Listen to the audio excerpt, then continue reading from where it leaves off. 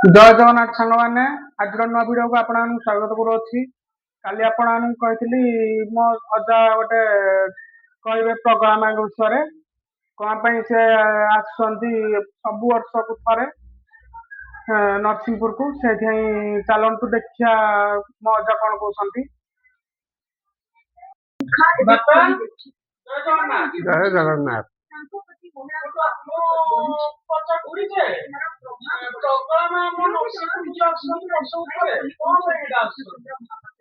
କ'ଣ ପାଇଁ ସେଗୁଡ଼ା ଆଗରୁ ଅଭିଶାପ ସେ ରଜା ଅନନ୍ତ ନାରାୟଣ ଅନନ୍ତ ନାରାୟଣ ମାନସିଂହ ହରିଚନ୍ଦନଙ୍କ ବାପା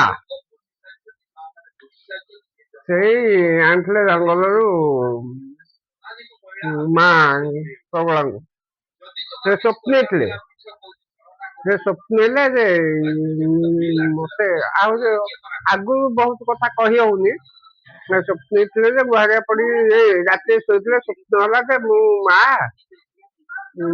ତୁ କ'ଣ ମତେ ଗୋଟେ ଅନ୍ୟ ଦୃଷ୍ଟିରେ ଦେଖୁଛୁ ନା, ତୁ ଯଦି ମା ତାହେଲେ ମୋ ରାଜ୍ୟକୁ ତୁ ନେବି।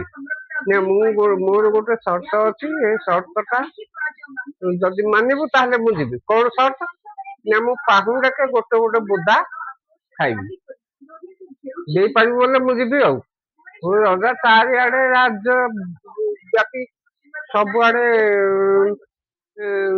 ଢେଣ୍ଡୁରା ଯେତେବେଳେ କହନ୍ତି ଡେଙ୍ଗୁରାକୁ ଢେଣ୍ଡୁରା ବୋଲି କହନ୍ତି, ଦେଇକି ସବୁ ବୋଦା ସଂଗ୍ରହ କଲେ। ସିଏ ହେଠୁ ଜଙ୍ଗଲରୁ ପାହୁଣ୍ଡକ ବୋଦା ଦେଇ ଦେଇ ଦେଇ ଦେଇ ଆସିଲେ ଯେ ଜୟପୁର ବୋଲି ଗୋଟେ ଗାଁ ଅଛି, ଜଙ୍ଗଲ ଜାଗା, ସେଇଠି ବୋଦା ସରିଗଲା, ଆଉ ମିଳିଲେ। ସେ ହେଇଠି ଗୋଟେ ବାଉଁଶ ନଟି ଭିତରେ ଚାଳଟିଏ ଥିଲା ଏଇ ସମୟରେ, ସେ ହେଇଠି ପୂଜା ପାଇଲେ। ରଜା ପୁଣି ଗୁହାରିଆ ପଡିଲେ, ମା କେମିତି ମୁଁ କହିଥିଲି ମୁଁ ରାଜବାଟିକି ମୁଁ ତ ନେବି। ସେ ସ୍ୱପ୍ନରେ କହିଲେ ଦେଖେ, ଦ୍ୱିତୀୟା ଓଷା ଦିନ ମୁଁ କେବଳ ବର୍ଷକେ 16 ଦିନ 15 ଦିନ ଯିବି ରାଜବାଟିକି। କେବେ ନା ଦ୍ୱିତୀୟା ଓଷା ଦିନ ଯିବି, ମହାଷ୍ଟମୀ ଦିନ ଆସିବି। ସେଇଟା ହଉଛି ମାସ ବୋଲେ ଦ୍ୱିତୀୟା ଓଷା ବୋଲେ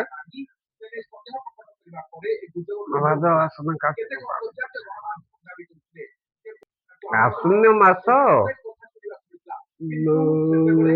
ଦ୍ୱିତୀୟା ଓଷା ଦିନ ମୁଁ ଯିବି। କେମିତି ଯିବ ମା? ସେ ହେଇ ସମୟରେ ରାଜବାଟୀରେ ବହୁତ ଥିଲେ ଚାକର ବାକର ତାଙ୍କର ଥିଲେ। ଚାରିଆଡେ ସେ କହିଲେ, ଦେଖ ମୁଁ ଏଇ ଖଣ୍ଡାଟା ଫିଙ୍ଗୁଛି, ଯୋଉଠି ପଡିବ ତୁ ମତେ ହେଇଠୁ ନବୁ। ଚାରିଆଡେ ରଜା ତାଙ୍କ ଚାକର ବାକରଙ୍କୁ ସବୁ ଜଗେଇ ଦେଲେ। ସେ ହେଠୁ ଫିଙ୍ଗିଲେ ଖଣ୍ଡାଟା, ଆସିକି ବରଡାଉଳିଆ ବୋଲି ଗୋଟେ ପୋଖରୀ ଅଛି, ନରସିଂହପୁରଠୁ 1/2 କିଲୋମିଟର ହବ। ସେଇ ପୋଖରୀ ଭିତରେ ଖଣ୍ଡାଟା ପଡିଲା ଯେ ଦ୍ୱିତୀୟା ଓଷା ଦିନ, ଆଶ୍ୱିନ ମାସ ଦ୍ୱିତୀୟା ଓଷା ଦିନ ରାତି ସେଇଠୁ ଦେହୁରୀ ଯିବ କଳସ ମୁଣ୍ଡେଇକି, ତାଙ୍କୁ ପାଣି ଭିତରେ ପଶିବ, ମା ଫୁଲ ହେଇକି ହେଇ କଳସ ଦେଇକି ଆସିବେ। ତାଙ୍କୁ ପୂଜା କରି ମହା ସମାରୋହରେ ଆଣିବେ ନରସିଂହପୁର ଦୋଳ ମଣ୍ଡପ ଛକଟିକି। ଏଇଠି ପୂଜା ଅର୍ଚ୍ଚନା ହବ। ଏଠି ବୁଦା ବଳି ତ ପ୍ରଥା ରହିଛି ଆଜି ପର୍ଯ୍ୟନ୍ତ ବି, ସେଠି ଚାଲିଛି ବଳି। ବଳି ପାଇକି ସେ ହେଠୁ ରାଜବାଟିକି ଯିବେ। ରାଜବାଟି ଯେ ରହିବେ 16 ଦିନ, 16 ପୂଜା ପାଇବେ। ହେଠି ମହାଷ୍ଟମୀ, ଦଶହରାର ମହାଷ୍ଟମୀ ଦିନ ରାତିରେ ସେମିତି ଏଇ ରାଜବାଟିରେ ପୂଜା ଅର୍ଚ୍ଚନା ହବ। ହେଠୁ ବଳି ପଡିବ। ସେ ଦେହୁରୀ ନେଇକି ଯୋଉଠୁ ଆଣିଥିଲା, ଯୋଉ ବରଡାଉଳିଆ ପୋଖରୀ, ପାର୍ବତୀପୁର ବୋଲି, ନରସିଂହପୁର ପାର୍ବତୀପୁର ବୋଲି ଗୋଟେ ବ୍ରାହ୍ମଣ ଶାସନ ଅଛି, ତା ପଛ ପାଖେ ଏଇ ପୋଖରୀ। ସେ ପୋଖରୀ ପାଖ ଯୋଉଠୁ ଆଣିଥିଲା, ସେଇଠି ନେଇକି ସେ ଦେହୁରୀ ନେଇକି ହେଇଠି ଛାଡେ। ପ୍ରଗଳାଙ୍କର ଏଇଟା ହେଲା ଶେଷ କଥା। ପ୍ରଥମ ତ କେତେ କିମ୍ବଦନ୍ତୀ ତାଙ୍କର ଅଛି, ମାନେ ଅବର୍ଣ୍ଣନୀୟ, ବର୍ଣ୍ଣନା କରିହବନି, ଅବର୍ଣ୍ଣନୀୟ ପରା, ଏଟା ବର୍ଣ୍ଣନା କରିହବନି ତାଙ୍କର ଯୋଉ ଭଳିଆ କିମ୍ବଦନ୍ତୀ।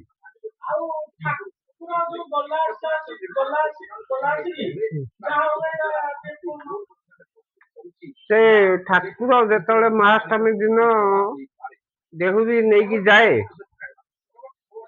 ରାତି 2ଟା, ମାନେ ନିଶାର୍ଦ୍ଧ ରାତିରେ ନେଇକି ଯିବ, ସେଇ ବରଡାଉଳିଆ ପୋଖରୀ ଯୋଉଠୁ ଆଣିଥିଲା, ଆସିଥିଲେ ମା, ସେଇଠି ନେଇକି ଛାଡିବାକୁ ବାଟରେ ଯଦି କେହି ଭେଟ ହେଇଗଲେ କି କିଏ ମାନେ ଶୋଇଥିବ ଉଠିକି ଏକ ବସିବ କି ବାହାରୁ କିଏ ଆସିବ, ଯଦି ଭେଟ ହେଇଗଲା ତାଙ୍କ ସହିତ, ସିଏ ହେଇଛି ଶେଷ, ସାଙ୍ଗେ ସାଙ୍ଗେ ଘଣ୍ଟେ 2 ଘଣ୍ଟା ଭିତରେ ସେ ଶେଷ। ଆଉ ସେଇଥି ସକାଶେ ରାଜବାଟୀ ଗୋଟେ ସର୍ଟ ରୁଟ ଅଛି, ରାଜବାଟୀର ସତରା ନାଳ ବୋଲି ଗୋଟେ ଅଛି, ସେଇ ପାଖେ ସେଇ ଯୋଉଠୁ ଯାଉଥିଲେ ହାଡି ସାହିର ଗୋଟେ ଲୋକ ଉଠିଥିଲା, ଏକ ଉଠିଥିଲା, ସେ ଦେଖିଥିଲା ବୋଲେ ସକାଳ ପାଇଲା ଗୋଟିଏ ଝାଡା ଗୋଟିଏ ବାନ୍ତି ଯେ ସେ ଶେଷ ହେଲା। ସେଇଦିନଠୁ ଏଇ ରାଜବାଟୀ କାନ୍ଥରେ ଗୋଟେ ଅଛି ସତରା ନାଳ ବାଟ ଦେଇକି ସେ ଦେହୁରୀ ସେଇ ଅଣ ବାଟିଆ ଦେଇକି ଯାଇକି ହେଇ ପୋଖରୀରେ ଠାକୁରଙ୍କୁ ଛାଡେ। ସେଟା ହଉଛି ତାଙ୍କର ଶେଷ କିମ୍ବଦନ୍ତୀ। ତ କହିଲେ ପା ଅବର୍ଣ୍ଣନୀୟ, ବର୍ଣ୍ଣନା କରିହବନି ତାଙ୍କର କାହାଣୀ। ଶୁଣିବାକୁ ମିଳୁଥିଲା ବୁଢା ରଜା ବୋଲେ କହନ୍ତି ଅନନ୍ତ ନାରାୟଣ ମାନସିଂହ ହରିଚନ୍ଦନ ମହାପାତ୍ର ଥରେ ଗୋଟେ ପାଟ ଛାଡି ମାଙ୍କ ପି ପଠେଇଲେ ତାଙ୍କ ହଳିଆ ହାତରେ। ଜୟପୁର ବୋଲେ ନରସିଂହପୁରକୁ ଏଟା ପ୍ରାୟ 9 କିଲୋମିଟର ହବ, 8 କିଲୋମିଟର କିମ୍ବା 9 କିଲୋମିଟର ଭିତରେ, ଜଙ୍ଗଲ ଭିତରେ। ସେଠି ଦେହୁରୀ ପାଖକୁ ପଠେଇଲା ଗୋଟେ ପାଟ ଶାଢୀ। ଦେହୁରୀ ଥିଲା ରାମଚନ୍ଦ୍ର ଦେହୁରୀ, ନୀଳମଣି ଦେହୁରୀ, ଆଉ ଏମିତି ସେ 2-3 ଭାଇ ଥିଲେ, ତାଙ୍କ ଭିତରୁ ଶ୍ରେଷ୍ଠ ହେଲା ରାମ ଦେହୁରୀ। ସେ ରଜା ପଠେଇଲେ ଗୋଟେ ପାଟ, ରାମକୁ ଦବ, ସେ ମାଙ୍କୁ ଲାଗି କରିବେ। ତାଙ୍କ ଚାକର ଧରିକି ଆସିଲା, ଦେଖିଲା କି ରାମ ଦେହୁରୀ ନାହିଁ, ମନ୍ଦିରକୁ ଗଲା, ସେଠି ନାହିଁ କି ଘରେ ଆସିଲା ଯେ ଘରେ ନାହିଁ। ଦେଖିଲା ଗୋଟେ ଝିଅଟେ ଖାଲି ଏ ଘରୁ ବାହାରିକି ଏ ଘରେ ପଶୁଛି, ଏ ଘରୁ ବାହାରିକି ଏ ଘରେ ପଶୁଛି। ତାକୁ ଇଏ ଡାକିଲା, କିଏ ତାଙ୍କ ଚାକର ଡାକିଲା, କହିଲା ହବ ମା ଶୁଣିଲୁ କଣ ନା ରାମ ଦେହୁରୀ ନା ବାପା ନାହାନ୍ତି, ସେ ଯାଇଛନ୍ତି ଜଙ୍ଗଲକୁ। ନା ତାହେଲେ ତୁ ନେ, ଏଇ ପାଟଟା ରାଜା ସାହେବ ଦେଇଛନ୍ତି, ଆସିଲେ ଦବୁ ମୋ ମାଙ୍କୁ ଲାଗି କରିବା ପାଇଁ। ସେ ଦେଇକି ଆସିଲା ହାରି। ପୁଣି ଗୋଟେ ସପ୍ତାହ ପରେ ରଜା ସେ ଆସି କହିଲା ଏମିତି ନଥିଲା, ତା ଝିଅକୁ ମୁଁ ଦେଇକି ଆସିଲି। ଗୋଟେ ସପ୍ତାହ ପରେ ରଜା ପୁଣି ପଠେଇଲେ, ଯାଅ ଦେଖିବୁ ମା ଲାଗିଗଲା ନା ନାଇଁ। ସେ ଆସିଲା ବେଳକୁ ରାମ ଦେହୁରୀ ନାହିଁ। କିନ୍ତୁ ଯୋଉ ଝିଅକୁ ସେ ଦେଇଥିଲା ଲୁଗାଟା, ସେଇ ଝିଅ ସେଇ ପାଟଟା ପିନ୍ଧିକି ପୁଣି ଏ ଘରକୁ ଯାଉଛି, ଏ ଘରୁ ବାହାରିକି ଏ ଘରେ ପଶୁଛି, ଏ ଘରୁ ବାହାରିକି ଏ ଘରେ ପଶୁଛି, ଏମିତି ହେଇକି ଚାଲିଛି। ସିଏ ଆଉ କିଛି ନ କହିକି ଆସିକି ରଜାଙ୍କୁ କଲା। ସେତେବେଳେ ହେଲା ରୁଲିଂ ଚିପ୍ ପାୱାର, ମୁଣ୍ଡ କାଟ। ରଜାଙ୍କର ଆଦେଶରେ ସବୁ ଗାଁ ଗଣ୍ଡା ସବୁ ଚାଲିଥିଲା। ଆଉ ରଜା ବି କଚେରୀ କରୁଥିଲେ, ସେ ସମୟରେ ରଜା ବି କଚେରୀ କରୁଥିଲେ। ଆସିକି ରଜାକୁ କହିଲେ ଛାମୁ, ଏମିତି ସେତେବେଳେ ରାଜାକୁ ରାଜା ବୋଲି କହୁନଥିଲେ, ଛାମୁ ବୋଲି କହୁଥିଲେ। କହିଲେ ଏମିତି ଘଟଣା, ଆଉ ନୀଳ ଦେହୁରୀ ରାମ ଦେହୁରୀ ଝିଅ ସେଇ ଲୁଗାଟା ପିନ୍ଧିକି ବୁଲୁଛି। ଆଉ ମାଆଙ୍କୁ ସାମୁ ଦେଇଥିଲି ଯୋଉ ମାଆଙ୍କୁ ଲାଗିବ ହବାକୁ ଏଇଟା ରାମ ଦେହୁରୀ ଝିଅ ସେ ଲୁଗାଟା ପିନ୍ଧିଛି।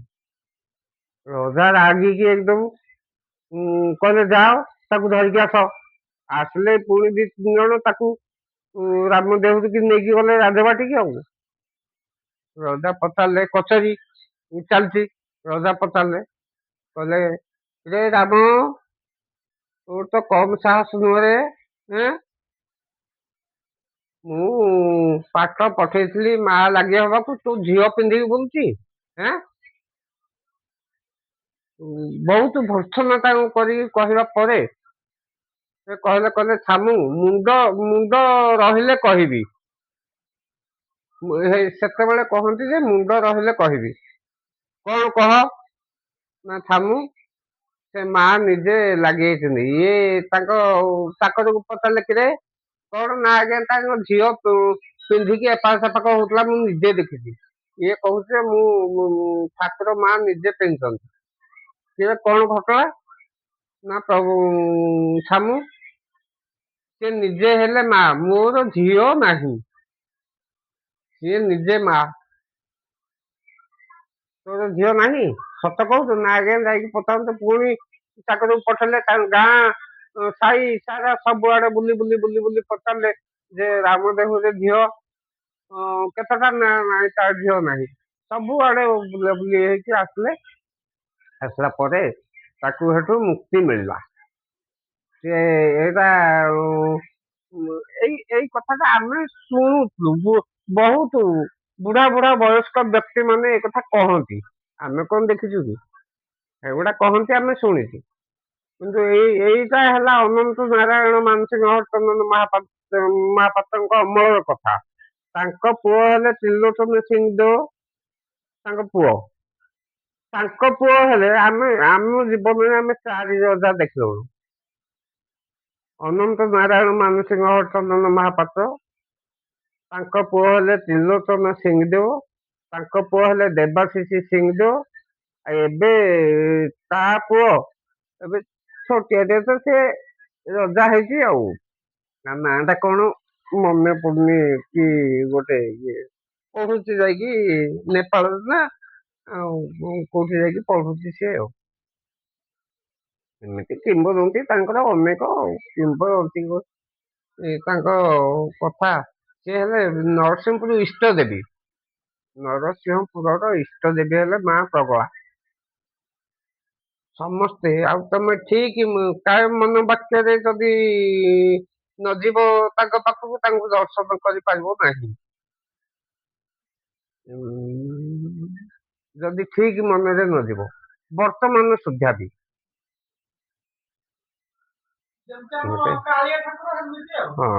ହଁ ବହୁତ ତାଙ୍କର କିଛିଟା କିଛି କିଛି ଆମେ ଯାହା ଦେଖୁଛୁ, ଆମେ ବି ଥରେ ଗଲା ବେଳକୁ ଆମେ ଦେଖୁ କିଏ ଏମିତି ଜଣେ ଜଣେ ଗଲା ବେଳକୁ ସେ କେମିତି ଆସିଲେ, ଗୋଟିଏ ଖଣ୍ଡା ଥିଲେ ଗୋଟିଏ ଖଣ୍ଡା ତିନି ସେ କୋଉଠି ବାଟରେ ପଡିବ, କାଠ ଯାଉଥିବ ବାଟରେ ରହିଛି କହିବ କାଠ ଲଗେଇବ, କାଠ ଲଗେଇବ। ରାମ ଦେହୁରୀକି ଦେଖେଇକି କହିଦବ ଯେ ଏଇଠି ମୋ ବାପାଠୁ ଯାହା ପଇସା ଦେଇଥିବ। ସେ ଯାଇକି ମାଗିଲା ବେଳୁ ସେ କହିବ, ସେ ସୋଦାସୋଦି ଟିକେ କରିବ, କହିବ ଝିଅ ତ ଲଗେଇଥିବ ଆଉ ତାକୁ ପଇସା ଦବ। ତୋର କି ଭାଗ୍ୟ ମାଙ୍କୁ ତୁ ଦର୍ଶନ କରୁଛୁ ବୋଲି। ତାଙ୍କର ବହୁତ ଅନେକ ସେ ହାତୀ ଖଣ୍ଡା ହେଇକି ପଡିଥିବ, ହାତୀ ଆସିବ କୁଦିଦବ ଯେ 3 ଖଣ୍ଡ ସେ ହେଇଯିବେ, 3 ମୂର୍ତ୍ତି ହେଇଯିବେ। ମଜା ଅତି ଦୁଷ୍ଟ, ସେ କୁଞ୍ଚାଖିଆ ଦେବତା। ତାକୁ ଇଏ ଗୁଣି ଗାରେଡି କରିକି ନେଇଗଲେ, ବର୍ତ୍ତମାନ ସେ ଅନୁଗୁଳରେ ପୂଜା ପାଉଛନ୍ତି। ବର୍ତ୍ତମାନ ବଡ ଠାକୁର ଆଉ ସାନ ଠାକୁର ଖଣ୍ଡା, କେବଳ ଖଣ୍ଡା ଯୋଉଠି ଅଛନ୍ତି।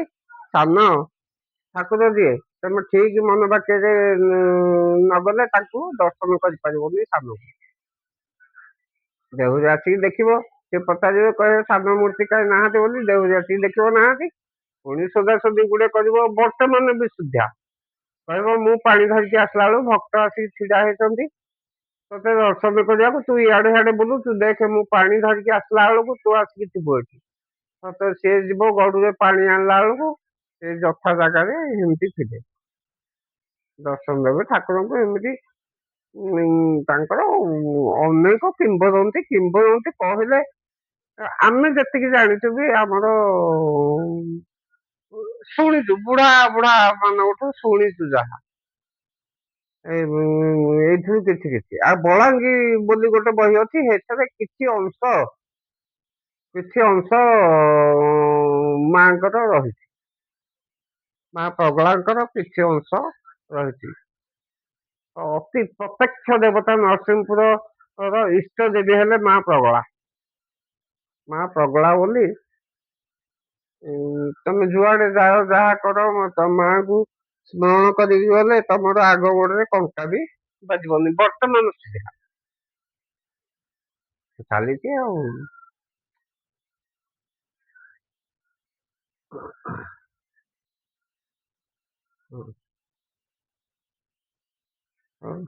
ଅଧ୍ୟାୟଠୁ କି ଠୁ କାହାଣୀ ଶୁଣିବାର ପକ୍ଷରେ ବହୁତ ଅଲଗା।